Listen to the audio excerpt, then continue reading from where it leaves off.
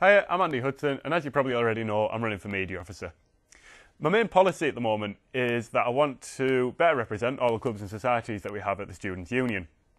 Obviously, all the sports clubs and everything are very well represented and well followed by a lot of the student community. But there's a lot of clubs and societies that I think people don't really know about. For instance, on a Wednesday night in the SU building, there's a group of drummers that play upstairs, and to listen to them, it sounds like there's hundreds of them. But you go up there and it's a group of 10, 15, something like that. And I started thinking to myself, why don't these people have a voice? Similarly, there's groups such as the Anime and Manga Society, the Video Game Society, the Film Society. All these people are still students in a student union, and yet where are they getting representation from? So my plan is, hopefully, in Pluto, to introduce a supplement. The supplement would have things from all of the clubs and societies that contributed. You know, hopefully we could have comment on all of the sports, so, you know, football commentary, reviews on things like films, video games, just a way that all of these clubs and societies can be better represented, let people know about upcoming events, recent news, anything that they want to write about.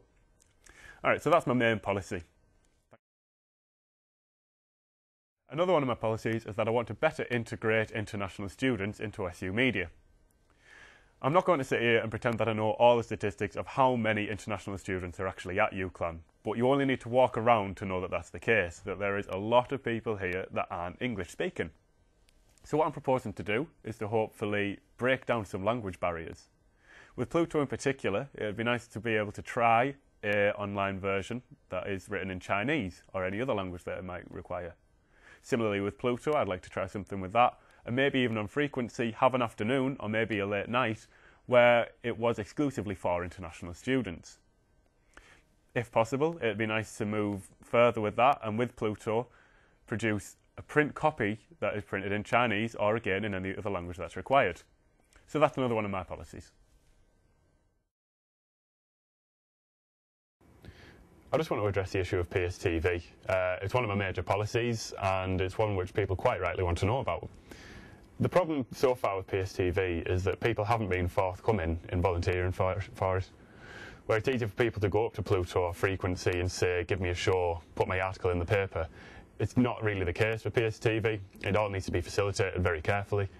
So one of the solutions that I'm hoping to propose is that in the first instance, for the first part of the academic year, all of SU Media works together so that an initial base of content is created for PSTV. So for example, if there's a story in Pluto, then the team on PSTV, or the news team rather, are given the opportunity to produce a bulletin that has that story in it.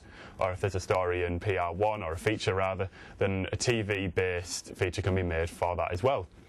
You know, I think that that could really encourage people to get involved. When people see content start going up, they're going to want to volunteer more, and then hopefully we can get a group of people that are proficient in filming, editing, promoting it, and putting content on the web that we can be proud of as well. So that, in a nutshell, is my plan for PSTV.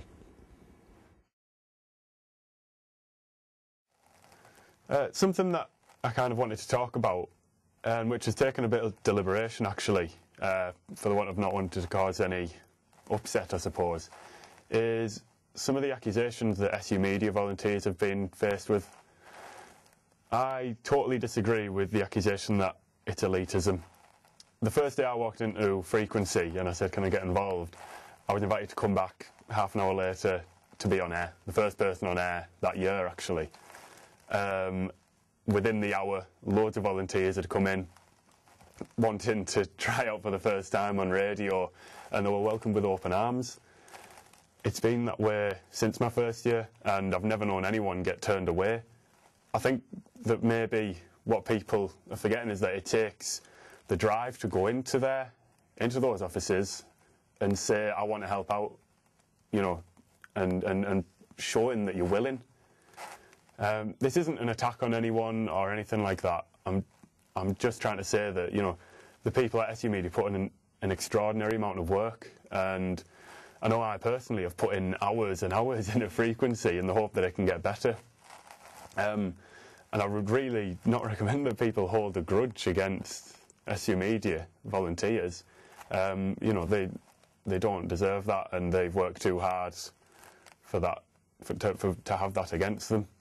I would urge anyone to come down to SU Media, try and get involved and see that, you know, anyone can. Yeah, there might not always be enough room in the paper that week or enough hours on the radio then, but, you know, we will work hard to try and find something for you to do. You know, I believe in SU Media, I really do. I don't think that it's a wasted effort, and I think that it strives to include people in any way that it can. So that's just an issue I wanted to cover. Yeah,